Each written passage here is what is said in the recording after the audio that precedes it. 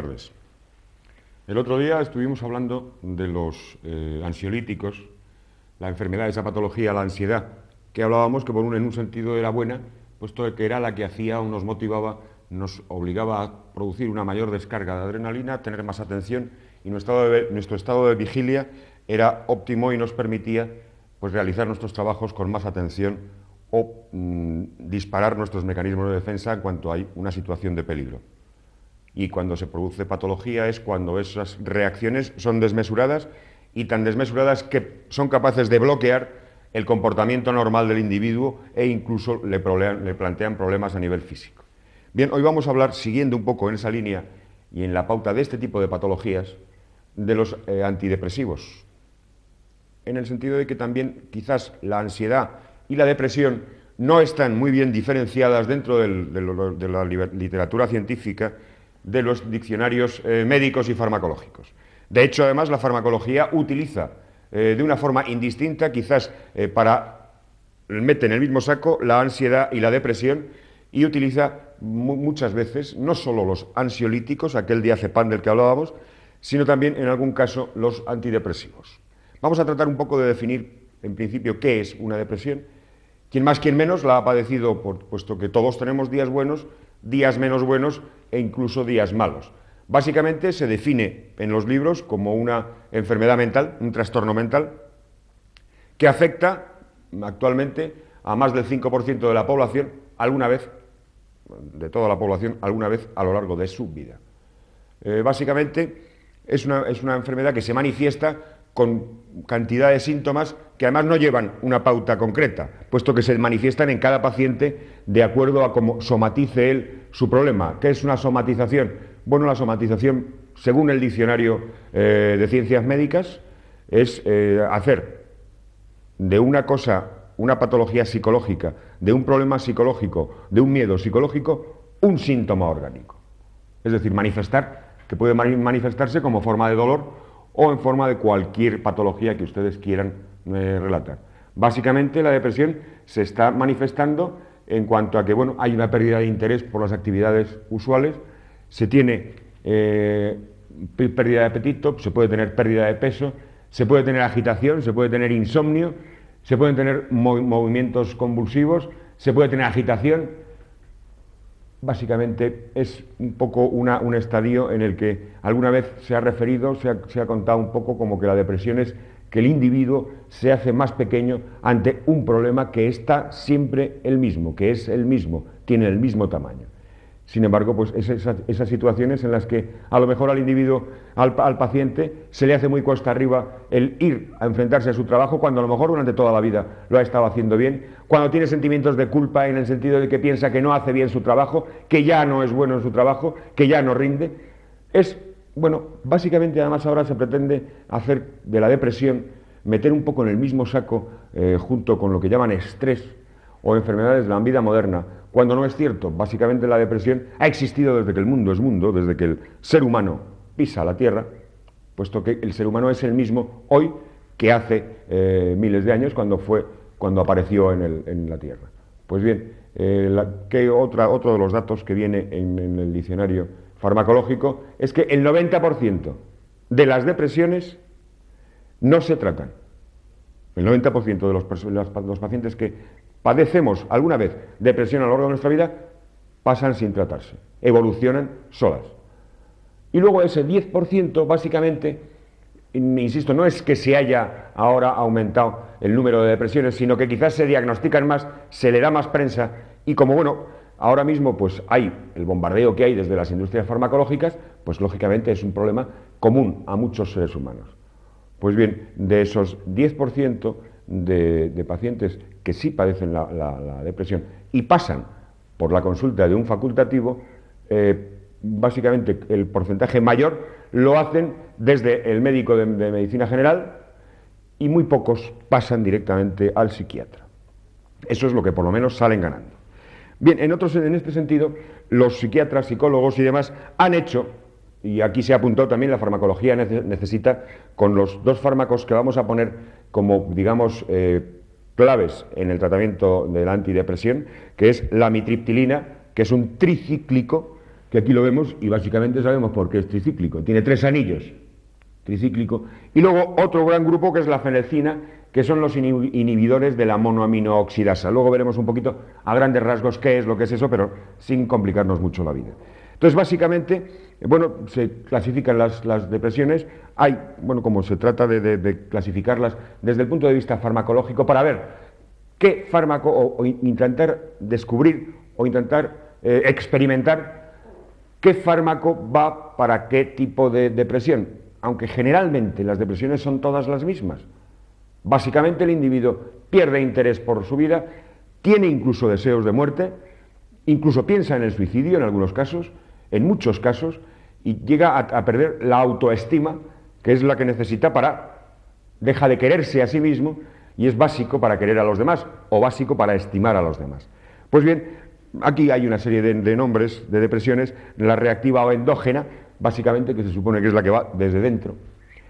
La neurótica o psicótica, que es muy agresiva, la primaria o secundaria, la unipolar, bipolar. En otro sentido, tenemos que establecer la diferencia entre manía y depresión.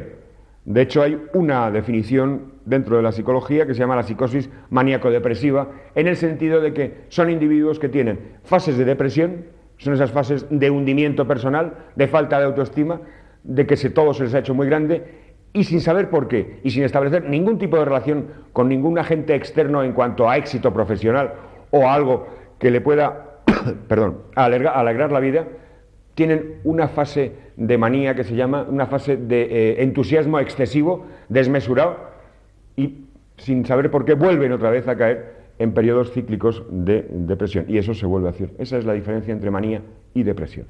Es exactamente el polo opuesto.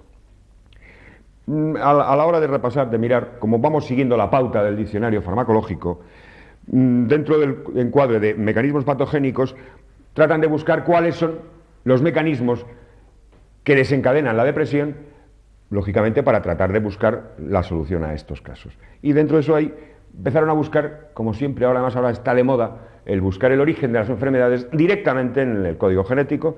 Aquí habla de los factores genéticos en la depresión. Y entonces se ponen a buscar. Aún hoy, y vamos a ver cómo en el mismo libro nos dice que no se saben todavía los factores, pero se está buscando. Y es curioso que han hecho un análisis en una familia de la comunidad de los Amish en Pensilvania, Estados Unidos, en los que parece que además son familias de estas con sectas, o que son con una gran... o sea, difícilmente se suelen, digamos, casar con fuera de la comunidad, se casan entre ellos, lo que obliga a tener gran consanguinidad y de esa manera hacer un seguimiento, digamos, un poquito más posible, más fácil de sus códigos genéticos. Y en este sentido dicen que hay un acortamiento en un brazo de uno de los cromosomas, concretamente el cromosoma número 11.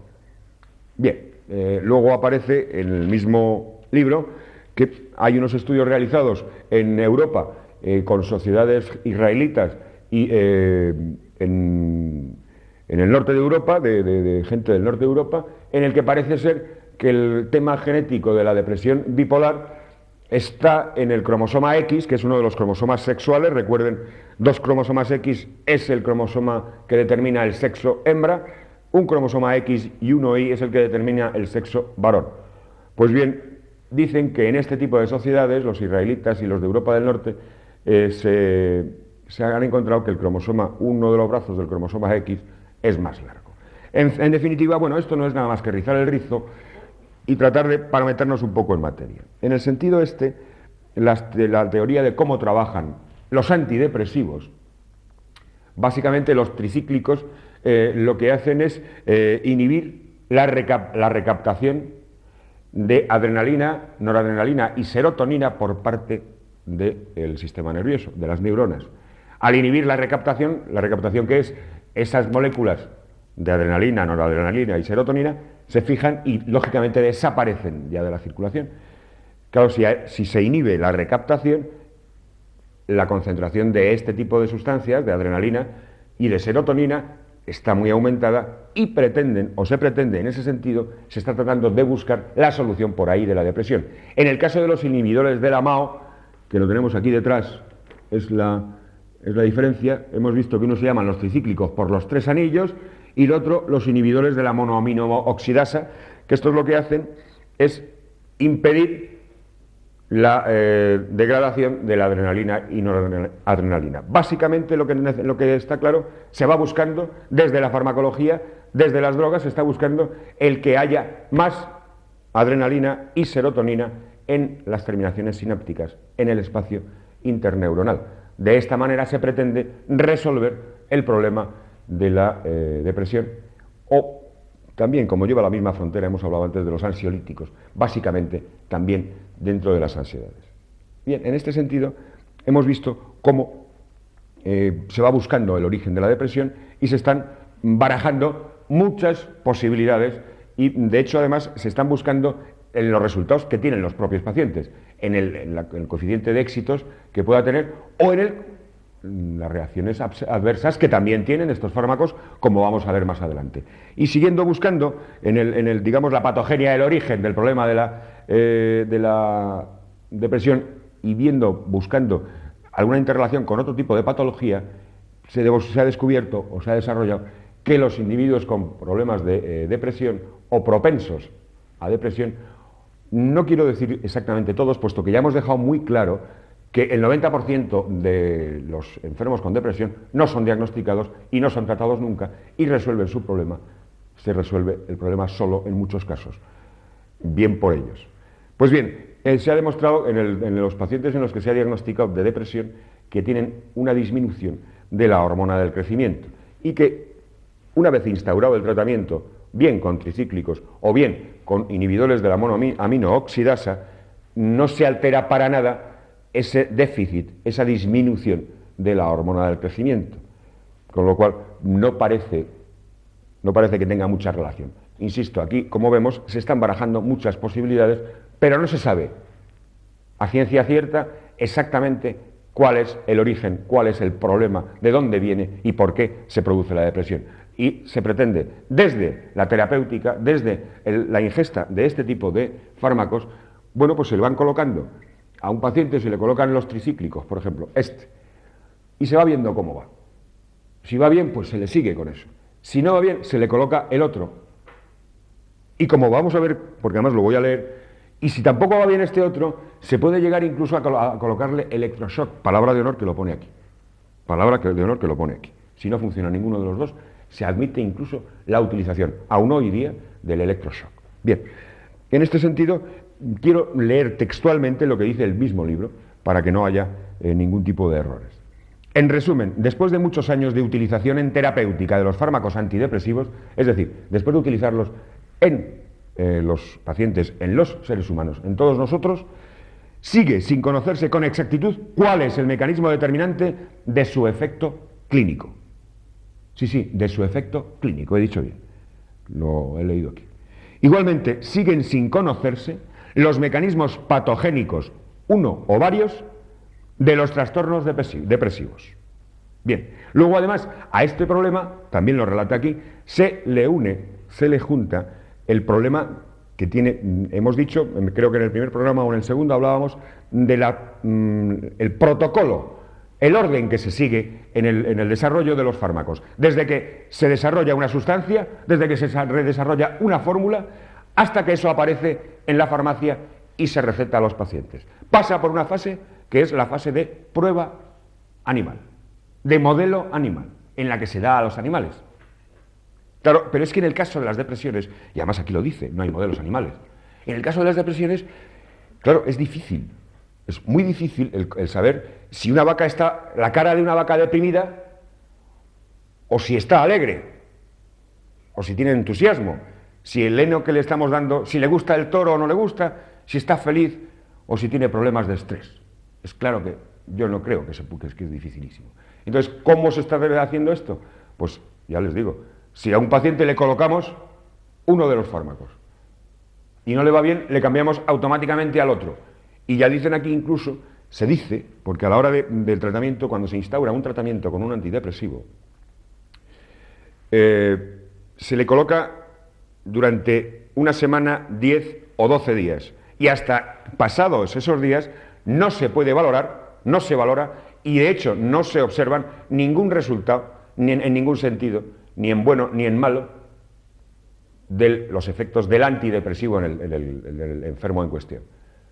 Lo que sí es claro es que las reacciones adversas, aunque no las vayamos a ver, puesto que ya hemos visto y seguiremos viendo reacciones adversas de los distintos fármacos, no se manifiestan de una forma inmediata, no se manifiestan aquí te pillo y en el acto respondo, no, se van de una manera subaguda, van deteriorando en el órgano a través del cual se va a eliminar o en el que se tiene que degradar la droga en cuestión, y ese órgano al final dará patología, como vamos a ver que dan este tipo de sustancias.